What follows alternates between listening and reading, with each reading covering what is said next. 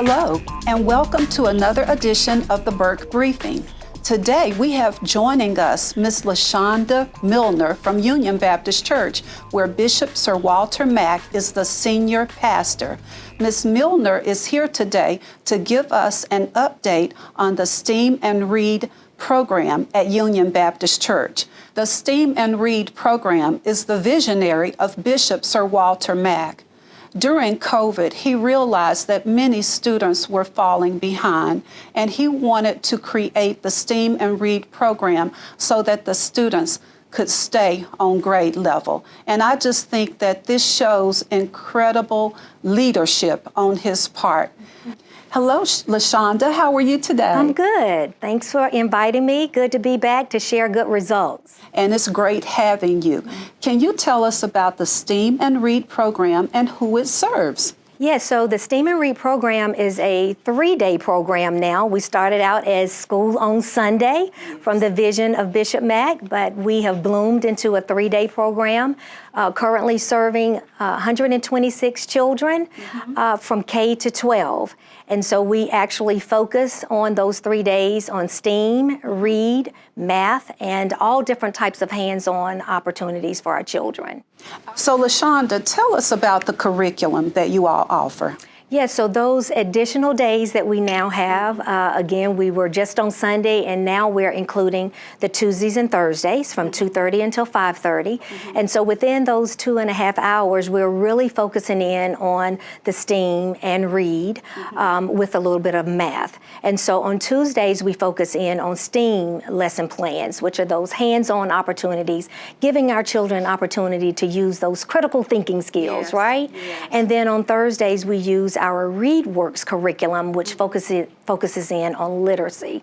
And we feel like that's very, very important to give them the full 45, 50-minute time period in focusing in on reading, being that we're really wanting to be that extension to the classroom, feeding into our Forsyth County school system goal of our children, of 90% of our children reading at proficiency at grade level. And so that Thursday is very, very important to us. We also use a real-time assessment tool called IXL. It allows us to immediately see where our kids are in reading and in math. And so we're real excited about that. We had started using that tool the second year into our curriculum, and it's allowed us to see the increase of the reading skills with our children.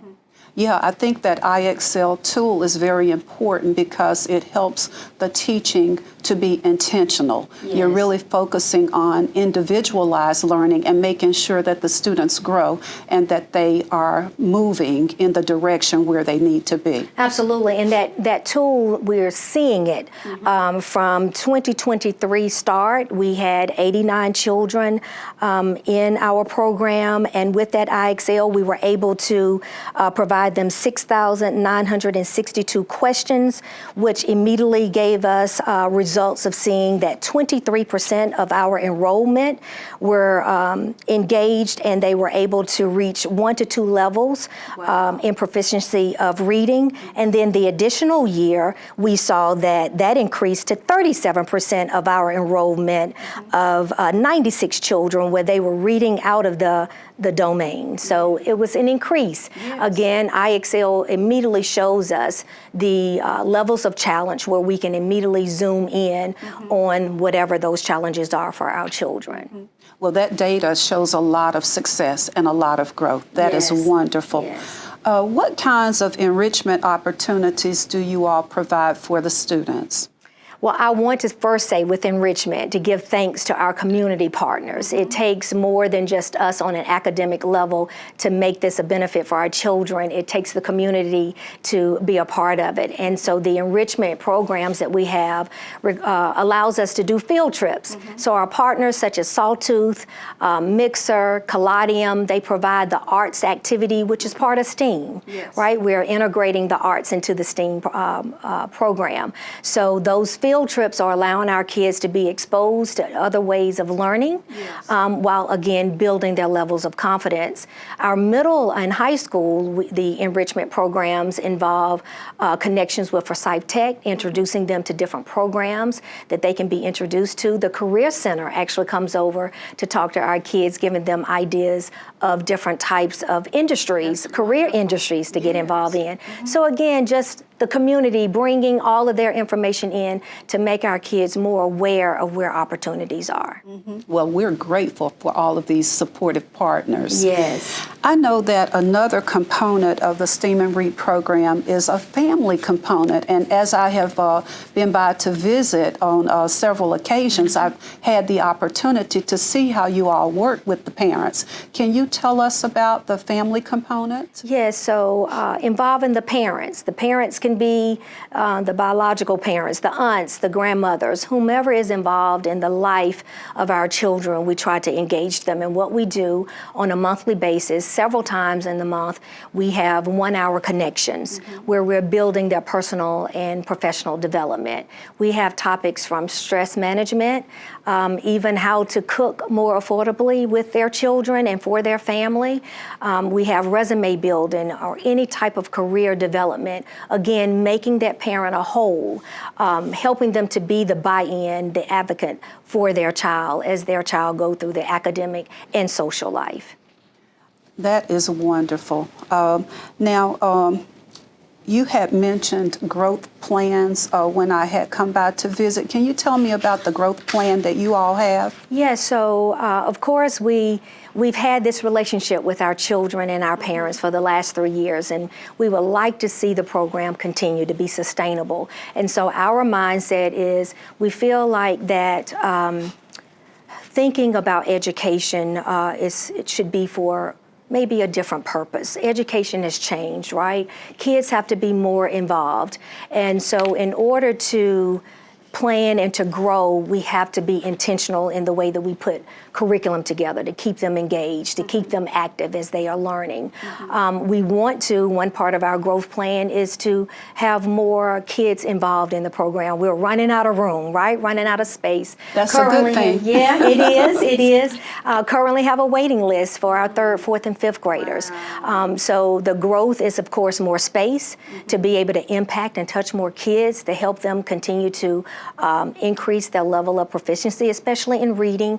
Again, wanting to be a part and extension to that overall goal of 90% of our kids to read on grade level. We want to be that program to do that. So that is our growth plan, to impact more students, create the space, the learning, fun environment for them to do so, and to also be that extension to parents, to be able to help them be involved, more involved in their kids and how they can be better parents. Well, I think the growth plan is a great idea, a great plan to have, and I do hope that you all will be able to impact more students because quite obviously from the data, you're having a huge impact on their academic performance. And what I like about the STEAM and READ program is you all are working closely with the Winston-Salem Forsyth County school system, and your curriculum is seamlessly aligned with with the school district's curriculum and the goals and objectives that they have for student growth and proficiency are the very same that you all have at the program. So that is wonderful. Yes, absolutely. We actually, and to do that, we extend that opportunity by hiring the Forsyth County Schools teachers. So there are some that leave that full-time job, come over to our program, and they have actually been associating with those children during the day. So from Kimberly Park School, Cook School, we hire those individuals to come in and actually help with homework. They know already too where the kids are struggling or what kids are having more challenges. So that allows us to have smaller groups or more that one-on-one with that child, where the time that's not allowed in the traditional classroom, we're being that extension to the classroom. Yes, that is wonderful. And I did notice when I was there that you all have so many teachers, so many volunteers who are passionate about what they're doing. They really care, and they are really doing all in their power to make a difference. That is wonderful. What if others would like to volunteer? who do they reach out to? How do they contact you? Yes, so steamandread.org has a lot of information on the website. It talks about our curriculum. It provides forms for the parents to sign up their children, and also how one can volunteer. That is wonderful. Is it anything else you'd like to share about the program?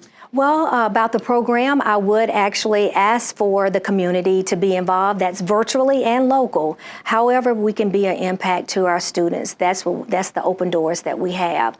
Again, we are a program that truly believes in being intentional in the curriculum to make sure that we're keeping our kids engaged in a very fun environment. So again, it takes not only us as a leadership team, not only us as the teachers that come in from their full-time job, but it also includes the community. It really does, and we appreciate all that you all are doing at Union Baptist Church. Thank you so much. And thank you for tuning in to another edition of the Burke Briefing.